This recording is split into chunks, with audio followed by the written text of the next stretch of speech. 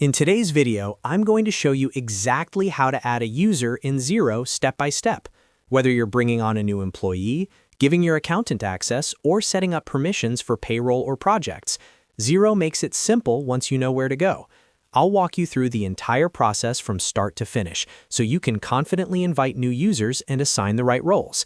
If this video helps you out, make sure to hit that like button and subscribe to the channel for more simple Xero tutorials.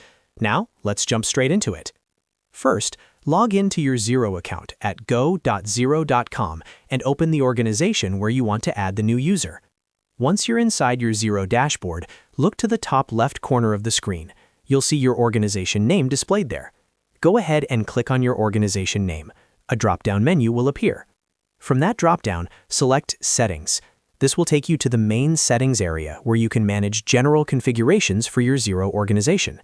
Inside the settings page, look for the Users tile. It's usually clearly labeled and easy to find within the settings options. Click on Users to open the User Management section. Now you'll see a list of all the current users who already have access to your Xero organization. To add someone new, look for the blue Invite a User button. Click on Invite a User to begin the process. You'll now be prompted to enter the new user's details. Start by typing in their first name and last name. Make sure you spell everything correctly, because this is the information that will be tied to their login.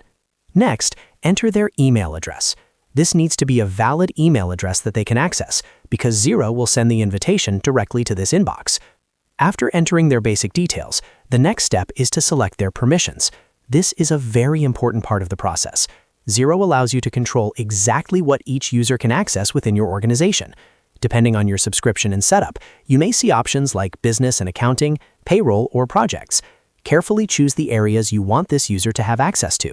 For example, if you're inviting a bookkeeper, you'll likely select business and accounting permissions. If you're adding someone from your HR team, you might enable payroll access. If they'll be managing jobs or tracking time, you may want to grant access to projects. Only select the permissions that are necessary for their role to keep your financial data secure. Once you've chosen the appropriate permissions areas, you'll need to select their user role.